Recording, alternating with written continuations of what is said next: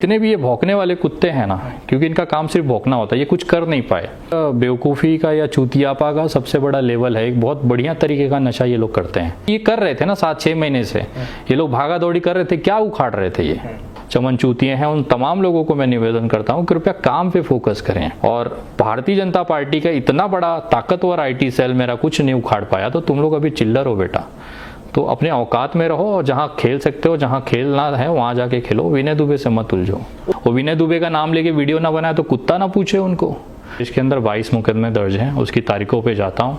कहीं भड़काऊ भाषण देने का केस दर्ज है, कहीं पे दंगा फैलाने का केस है। बांद्रा भी आपके सामने रहा है। भारतीय जनता पार्टी को मैं तेल लगा लगा के लेता हूँ और वो कोई मौका नहीं छोड़ता कि विनय दुबे को जहाँ पिला के वहाँ लात मारना है। इस समय तो सबसे ज़्यादा जो मेहनत हो रही है वो बीजेपी खुद कर रही है कि विनय जी भारतीय जनता पार्टी ज्वाइन कर ले।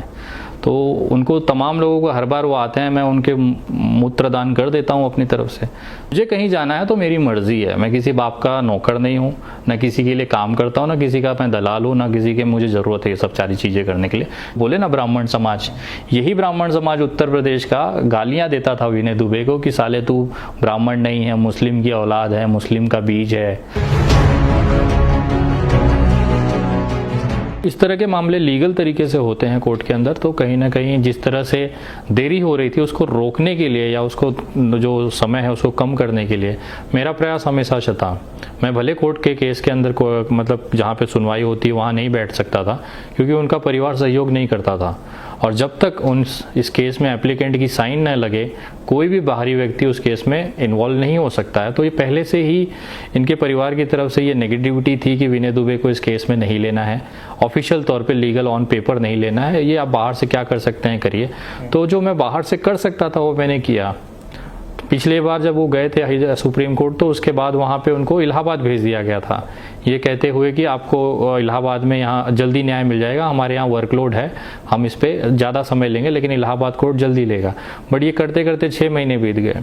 तो मैंने जब इनके भाई को कहा था ये कि आप एक काम करिए, एक टाइम बॉन्ड एप्लीकेशन लगाइए सुप्रीम कोर्ट में कि सर आपके कहने अनुसार हम लोग इलाहाबाद हाई कोर्ट गए बट वहाँ पे भी सुनवाई में काफ़ी देरी हो रही है, तो कृपया एक टाइम बॉन्ड आप एप्लीकेशन दीजिए। 2 सुनवाई सजेशन मैंने दिया था 9 जुलाई को।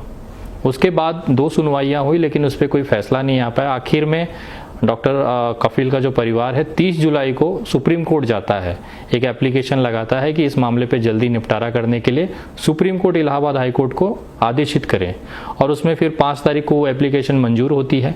11 अगस्त को सुप्रीम कोर्ट इसकी सुनवाई करती है और 15 दिन का आदेश देती है इलाहाबाद हाई कोर्ट को कि 15 दिन के अंदर अंदर आपको इसको निपटारा करना है।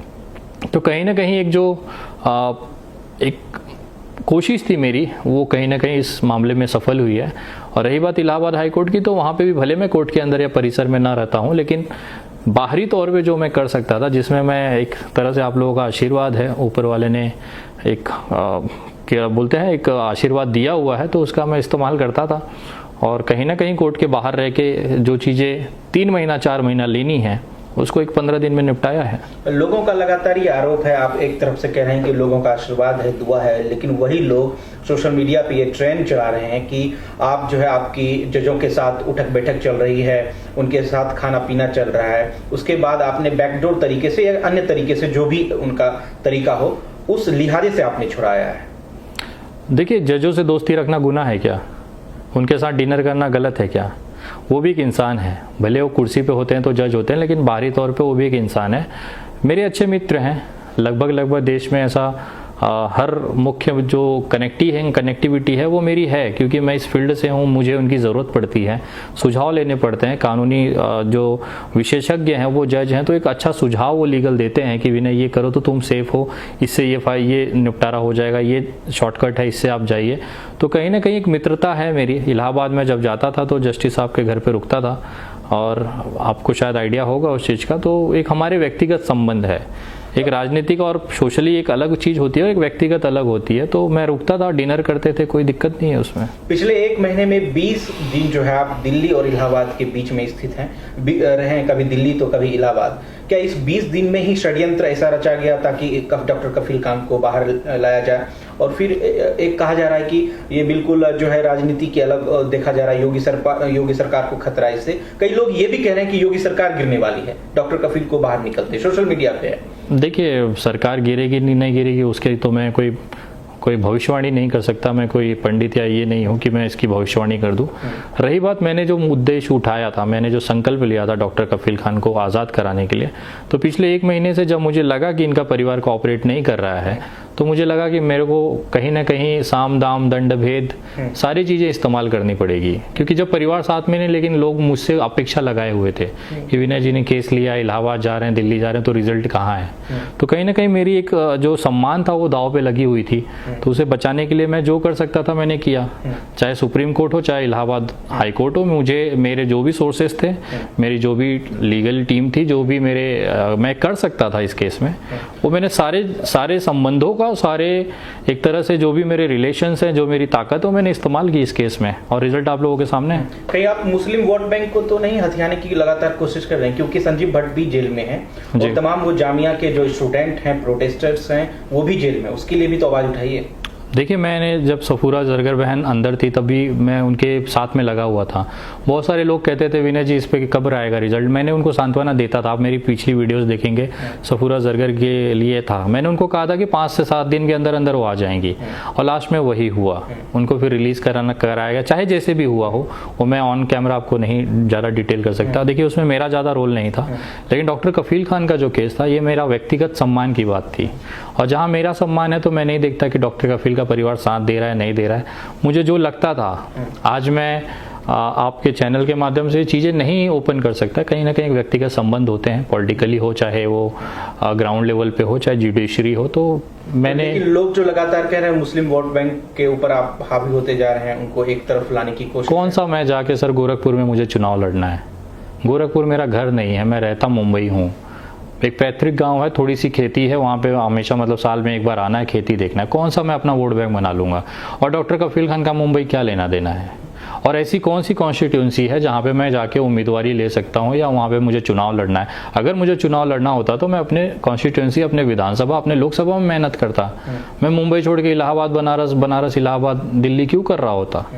तो कहीं ना कहीं मेरे अंदर एक था कि एक बेगुनाह इंसान जेल में है, इसके साथ नाइंसाफ़ी हुई है, तो कहीं ना कहीं एक मदद करने की एक दिल में इच्छा थी, तो जो कर सकता था मैंने किया। सोशल मीडिया पे क्राउड फंडिंग की जो लगातार चीज़ें चल रही हैं, लोग आवाज़ उठा रहे हैं, उसमें तमाम पार्टियों के लोग हैं, वो पूछ रहे हैं कि वो पैसा कहाँ गया, कहाँ चला गया, किस जगह पर वो खर्च हुई है। क्या इसका जवाब है आपके पास? वो कौन होते हैं मुझसे हिसाब मांगने वाले? डॉक्टर कफील का परिवार जिस दिन मुझसे हिसाब मांगेगा मैं दे दूंगा। और वैसे भी मैं आपके चैनल के माध्यम से बताना चाहता हूँ, बहुत जल्द, आखिर 2-4-10 दिन के अंदर अंदर डॉक्टर कफील खान मेरे साथ बगल की वाली कुर्सी पे होंगे, उनकी पत्नी होंगी, उनके भाई होंगे। वो खुद आपको बताएंगे मैंने क्या किया है, क्या हिसाब है, कितने पैसे आए हैं, क्या हुआ है। इतने दिन सब्र कर सकते हैं, 10 दिन और कर लीजिए। रही बात आपके जितने भी ये भौंकने वाले कुत्ते हैं ना, क्योंकि इनका काम सिर्फ भौंकना होता है, ये कुछ कर नहीं पाए। डॉक्टर कफील खान 7 महीने से जेल में थे, मैं पिछले 1 महीने में केस में आया हूँ। इससे पहले उन्होंने क्या उखाड़ लिया? इतने दमदार होते हैं जिस तरह से ये पूछते हैं लोगों को कि आप ये बताओ वो बताओ, उन्होंने क्या कर लिया? आज तक नहीं कर पाए ना। मैं आया, मैंने प्रूव किया अपने आप को, और अगले कुछ दिनों के अंदर अंदर डॉक्टर कफील खान आपसे खुद बात करेंगे। आपके वो वीडियो सोशल मीडिया पे जाएगी, आप खुद उसके गवाह होंगे, दुनिया को पता चलेगा मैंने क्या किया है। लोग ये सवाल उठा रहे हैं कि आप एक प्लांटेड हैं, जिस तरह से चंद्रशेखर रावण जो है, हालांकि इस बात का जो है खुलासा नहीं हो पाया है, मेरे पास कोई तथ्य नहीं है, लेकिन मुस्लिम समुदाय के लोग, तमाम जो फेसबुक पर यूजर्स हैं, वो लगातार लिख रहे हैं कि एक प्लांटेड चीज है ये। विनय दुबे का अचानक एंट्री लेना, फिर डॉक्टर कफील का बाहर निकलना, एक सांत्वना हासिल करना, और फिर बड़े नेता बनने की तैयारी में है। इसको आप कहाँ तक ये यकीन मानते हैं इस चीज? ये जो है ना, एक बेवकूफ़ी का या चूतियापा का सबसे बड़ा लेवल है। एक बहुत बढ़िया तरीके का नशा ये लोग करते हैं। मैं आज से नहीं हूँ इस फील्ड में, मैं करीबन 3 साल से मुंबई के अंदर अपना दायरा सीमित करके काम करता था। जब देश के अंदर मुसलमानों पे आपत्ति आई, जब उनके ऊपर दिक्कतें चालू हुई CA, NRC, NPR के माध्यम से, तो मुझे लगा उन मेरे भाइयों के साथ में खड़े रहना चाहिए। मैं घर बैठ सकता था ना। आज जो मुझ पे आरोप लगाते हैं कि मैं अचानक से आ गया हूँ, तो मैं पूरे देश के मैंने शाहीन बागों में जाके सभाएं की हैं, पूरे देश में अपने मुसलमान भाइयों के साथ जाके उनको हिम्मत दी है कि मैं तुम्हारे साथ खड़ा हूँ। तब ये लोग कहाँ थे? तब ये क्यों नहीं कहते थे कि देखो विनय दुबे को प्लांट किया गया है, वो एनआरसी में सीए में नहीं लेना चाहिए विनय दुबे को। और मेरे जैसे 50 सामाजिक कार्यकर्ता थे जिन्होंने इस तरह की एक्टिविटी में मुसलमान भाइयों के साथ खड़े रहे। उन्होंने तो नहीं देखा कि मुस्लिम है कि हिंदू हैं, हम तो केवल ये देखते थे कि सेकुलर देश है, भारत है, हिंदू अपना है, मुसलमान अपना है, तो कहीं ना कहीं हमें सबको मिलकर एक साथ रहना है। उस समय इनको आपत्ति नहीं थी उस समय। अब जब यहाँ पे रिजल्ट आने का ना हुआ, क्योंकि ये कर रहे थे ना 7-6 महीने से ये लोग भागा दौड़ी कर रहे थे, क्या उखाड़ रहे थे ये। आज उनको तकलीफ यही हो रही है कि एक लड़का आता है 1 महीने के अंदर अंदर ये केस को एक नया आयाम पे लेके जाता है, लोगों के अंदर जागरूकता पैदा कर देता है, लोग इसकी बातें करने लगते हैं, लोगों के अंदर एक ताकत मिलती है इस लड़के को कि हाँ चलो सब विनय दुबे के साथ में खड़े हैं, और वो रिजल्ट दे जाता है। यही चीज़ उनको एक घबराहट है। मैं उन तमाम मेरे घबराने वाले मेरे साथियों को, तमाम लोगों को कहना चाहता हूँ कि मैं तुम्हारे जैसा बेवकूफ़ी करने वाला इंसान नहीं हूँ, मैं तुम्हारे जैसा जलने वाला इंसान नहीं हूँ। तुम खुश रहो मेरे भाई, जहाँ भी रहो, ऊपर वाला आपको सलामत रखे, आगे बढ़ाए। जितनी ताकत आप लोग विनय दुबे को टारगेट करके उसका नीचा दिखाने में लगाते हो ना, अगर उतना ही समय आप अपने फील्ड में अपने काम को दो तो शायद आप विनय दुबे से बड़े हो जाओगे। तो उन तमाम लोगों को, उन पार्टी के नेताओं को और जो भी वो चमनचूतियाँ हैं, उन तमाम लोगों को मैं निवेदन करता हूँ कृपया काम पे फोकस करें। मैं हूं यहाँ पे, और भारतीय जनता पार्टी का इतना बड़ा ताकतवर आईटी सेल मेरा कुछ नहीं उखाड़ पाया, तो तुम लोग अभी चिल्लर हो बेटा। तो अपने औकात में रहो, और जहाँ खेल सकते हो, जहाँ खेलना है वहाँ जाके खेलो, विनय दुबे से मत उलझो। उत्तर प्रदेश को आपने क्यों चुना? गुजरात में भी बहुत सारे ऐसे लोग हैं जो बंद हैं, नजरबंद हैं, जेल में है। कहा जा रहा है कि उत्तर प्रदेश में जो पैर रखता है वो नेता बन जाता है, ऐसी लोगों की विचारधारा है, और ऐसा होता भी है। आप अगर देखें तो उत्तर प्रदेश में आप अपना पैर जमा रहे हैं, और भी तमाम राज्य हैं, वहां भी आप कुछ कर सकते हैं। मैं कर्नाटका गया था, वहाँ पे आपने देखा होगा, मेरी वीडियोस हैं। मैं राजस्थान गया, वो भी वीडियोस आपने देखी होंगी। तो ऐसा किसने कहा कि मैं बिहार गया था अभी वापस जा रहा हूँ? तो कहीं ना कहीं ये जो लोग एक माहौल एक ख़राब करना चाहते हैं, क्योंकि उनके अंदर डर है कि कहीं ना कहीं विनय दुबे हमारे कौम का रहनुमा हो जाएगा। भाई मुझे कोई इंटरेस्ट नहीं है किसी कौम का रहनुमा बनने के लिए। 110 करोड़ की आबादी हमारे हिंदू समाज की है। खास तौर पे ब्राह्मणों के ऊपर इतना अत्याचार होता है पूरे उत्तर प्रदेश में, अंदर उनको ढूंढ ढूंढ के हत्या की जा रही है, इनकाउंटर किए जा रहे हैं। मैं चाहता ना मेरे कौम का मतलब ब्राह्मण समाज का मैं रहनुमा बनने को मुझे 5 मिनट लगेगा। मेरे को क्या ज़रूरत है किसी समाज का रहनुमा बनने का? मेरा दिल कहता है कि किसी के साथ गलत हो तो उसके साथ खड़े रहो, मेरा बस इतना सा ही काम है। और वो चाहे हिंदू हो चाहे मुस्लिम हो, ये मैंने कभी नहीं देखा है। तो एक माहौल ख़राब करने की है, क्योंकि वो कुछ कर नहीं पा रहे हैं ना, वो अपने काम को एक परफॉर्मेंस दिखा नहीं पा रहे हैं। तो जो नहीं कर पा रहा है और जो कर रहा है उसकी टांगी खींचेंगे वो। इसके अलावा अपनी नाकामी कहाँ छुपाएंगे वो विनय दुबे का नाम लेके वीडियो ना बनाए तो कुत्ता ना पूछे उनको। कभी अपने कामों को लेके आप आइए ना, फील्ड पे आइए, सोशल मीडिया पे आइए, हम खुद प्रमोट करेंगे मेरे भाई। आप कब तक मेरे पैरों खींच के मेरे पैरों में पड़े रहोगे? कुछ तो करो अपने ज़िंदगी में। कब तक एक दूसरे का पैर खींचते रहोगे और इसी तरह लोगों के चरणों में पड़े रहोगे? आज मेरे चरणों में पड़े हो, कल हमारी बनारस वाले मिश्रा जी के चरणों में पड़े रहोगे, परसों काजल निषाद के चरणों में पड़े रहोगे। क्या है? जितनी मेहनत आप हमारे चरणों में पड़े, उतनी आपने खुद के लिए अगर वजूद बनाया होता ना, तो आज विनय दुबे से बहुत ऊपर होते आप लोग। एक लास्ट सवाल का जवाब दे दीजिए। आप बीजेपी को, भारतीय जनता पार्टी को, या मोदी जी, शाह जी, जो भी बड़े नेता हैं, आप उनको दिन रात जो है दूसरे स्वर में उनका विरोध करते हैं, गाली गलौज कह सकते हैं उस तरीके से, लेकिन इतना कुछ करने के बावजूद भी ऐसा लोग सोच रहे हैं, या ऐसा लोग जो सोशल मीडिया पे कई बार लिखे भी होंगे, आपने पढ़ा होगा, फिर भी आप बिल्कुल फ्री घूमते हैं, फ्री कहीं आना होता है, कोई मुकदमा नहीं, कोई आपके ऊपर भारतीय जनता पार्टी का नजर नहीं। ऐसे कैसे हो सकता है ये चीज़? किसने कहा मेरे पे नजर नहीं है? मेरे पे मुकदमे नहीं है। आज के डेट में पूरे देश के अंदर 22 मुकदमे दर्ज हैं। उसकी तारीखों पे जाता हूँ, कहीं भड़काऊ भाषण देने का केस दर्ज है, कहीं पे दंगा फैलाने का केस है, बांद्रा भी आपके सामने रहा है। तो ये ज़रूरी नहीं है कि मैं दिखाता नहीं हूँ, इसका मतलब मेरे पे केसेस नहीं है, भारतीय जनता पार्टी मुझे करती नहीं है। तो हमारा जो है ना 36 का आंकड़ा है, 36। भारतीय जनता पार्टी को मैं तेल लगा के लेता हूँ, और वो कोई मौका नहीं छोड़ता कि विनय दुबे को जहाँ पिला के वहाँ लात मारना है। तो ये एक तरह से मैं शो नहीं करता चीज़ों को। अगर आप ऑनलाइन जाएंगे, कोर्ट वगैरह के जो साइट्स है उस पर जाके विनय दुबे डालिए, आपको मेरी पूरी केस हिस्ट्री आपको उसमें पता चल जाएगी, कहाँ किस किस राज्यों में मेरे ऊपर केस दर्ज हैं। और मेरा टारगेट है इसी तरह से चलता रहा तो एक दिन जरूर शतक मैं बना दूंगा FIRओं के नाम पे। पूरे देश के अंदर सैकड़ा मुझे बनाना है, मेरे ऊपर पूरे देश में 100 गुना दाखिल हो, 100 FIRs हो, इसकी मेरी तैयारी है।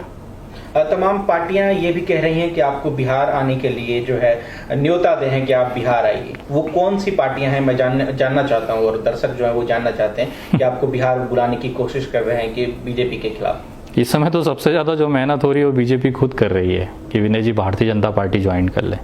तो उनको तमाम लोगों को हर बार वो आते हैं, मैं उनके मूत्रदान कर देता हूँ अपनी तरफ से, तो आते हैं हाथ में लेके मेरा चले जाते हैं। तो फिर क्या कर सकते हैं, मुझे कहीं जाना है तो मेरी मर्जी है, मैं किसी बाप का नौकर नहीं हूँ, ना किसी के लिए काम करता हूँ, ना किसी का मैं दलाल हूँ, ना किसी के मुझे ज़रूरत है ये सब सारी चीज़ें करने के लिए। जिसको झंडा पकड़ के जिंदाबाद करना है वो दोहरा लगाएगा। मेरा काम सामाजिक कार्यकर्ता का है जो सरकार से सवाल पूछता है, गलत नीतियों का विरोध करता है। मैं अपने प्रोफेशन में हूँ, अपने फील्ड में हूँ, मुझे राजनीतिक तौर पे नहीं जाना है। बिहार में आप मुझे प्रचार करते हुए नहीं देखेंगे, किसी के लिए बात करते नहीं देखेंगे। बिहार अगर मैं जाऊंगा तो किसी न किसी व्यक्तिगत तौर पे जाऊंगा, किसी को मिलने जाऊंगा। अगर कोई जैसे जेल में बंद है या उसके ऊपर कुछ अत्याचार हुआ तो उस स्पेसिफिक उस मसले के लिए मैं जाऊंगा, ना कि किसी का प्रचार करने के लिए जाऊंगा। आपने एक लास्ट सवाल का जवाब दे दी सर। आपने कहा कि उत्तर प्रदेश में लगातार ब्राह्मणों की जो हत्या हो रही है जी। जबकि अगर देखा जाए तो सबसे ज्यादा जो आज की संख्या में मोदी भक्त हैं वो ब्राह्मण समाज से हैं, और तमाम देश की जो 40% या 60% जो आबादी है एक तरफ मोदी के सपोर्ट में है, फिर भी आप मोदी शाह को उनकी नीतियों के खिलाफ जो है आवाज उठा रहे हैं। क्या मोदी शाह से इतनी आपको नफरत है कि? देखिए, मैं बहुत, मेरे प्रेरणा है वो, कहीं ना कहीं मुझे जो बोलते हैं ना आंखों में आंखें डाल के जो कॉन्फिडेंसली वो एक तरह से जो माहौल वो तैयार करते वो मैंने सीखा है उनसे। किसी भी परिस्थिति में आपको हारना नहीं। वो बंदा सबके सामने टीवी पे आके झूठ बोल के चला जाता है, सोचिए कॉन्फिडेंस लेवल कितना हाई है उस बंदे का। तो कहीं ना कहीं वो कॉन्फिडेंस मैंने लिया है, मैं कहीं भी किसी भी परिस्थिति में डरता नहीं, आंखों में आंखें डाल के बात करता हूँ। तो एक पॉजिटिव चीज़ मैंने उससे मतलब मोदी जी से मैंने ली है। अमित शाह जी से कुछ चीज़ें सीखी हैं कि भाई चाहे कंडीशन कैसी हो, जीतना है, चाहे जो हो जाए। भले हमारे पास विधायक नहीं लेकिन सरकार बनानी है। तो कहीं ना कहीं वो पॉजिटिव चीज़ें उनसे मैंने ली है, एक तरह से मेरे प्रेरणा स्रोत हैं। रही बात भारतीय जनता पार्टी का जो मेरा है वो मतलब एक 36 का आंकड़ा चलता है। वो पूरब है, मैं पश्चिम हूँ, और जब तक मुझे मौका मिलता रहेगा मैं लात धीरे से सटकाते रहूँगा। मन की बात में 3 लाख से ज़्यादा जो है डिसलाइक मिले हैं, इसको आप किस तरह से देख रहे हैं? देश का वो एक तरह से आप समझिए, जब लाइक्स आती थी तभी भी मैं कहता था भाई देश की जनता मोदी जी के साथ है, तभी 300 प्लस सीटें दे रहे हैं। अब जब डिसलाइक आ रही है तो आप समझ सकते हैं देश की जनता अब मारना चालू कर रही है पिछवाड़े पे। हम लोग जो मेहनत करते थे, बार बार लोगों को समझाते थे कि भैया भूखे मर जाओगे, आपको रोजी रोटी छीन जाएगी, आज वो लोग महसूस कर रहे हैं। आज जाके मैं सुकून से एसी में सो सकता हूँ। देश की ये जो बर्बादी है ना, वो देखने के बाद मुझे थोड़ा सा लगता है कि हम लोग जो चिल्लाते थे यही लोग हमें गालियां देते थे। आप जो बोले ना ब्राह्मण समाज, यही ब्राह्मण समाज उत्तर प्रदेश का गालियां देता था विनय दुबे को कि साले तू ब्राह्मण नहीं है, मुस्लिम की औलाद है, मुस्लिम का बीज है। आज जब मर रहे हैं, खून बह रहा है, जब उनके घर के बेटे को गोलियां दागी जा रही हैं, तो मैं आराम से घर पर बैठ के देखता हूँ, क्योंकि मैं चिल्लाता था कि भाई तुम्हारे साथ ये होगा, अभी भी समय है, आंखें खोलो। उस समय अंधभक्ति में रहते थे। तो आज मुझे आज वो उस तरफ है, आज मैं इस तरफ हूँ। मैं आज सुकून से अपने एसी रूम में चालू करके ठंडा से सोता हूँ। वो बेचारे रो रहे हैं, क्योंकि हम समझाते थे तब वो मुझ पे हंसते थे, आज वो रो रहे हैं, आज मैं मुस्कुरा रहा हूँ बैठ के। चलिए, बहुत बहुत शुक्रिया। धन्यवाद सर।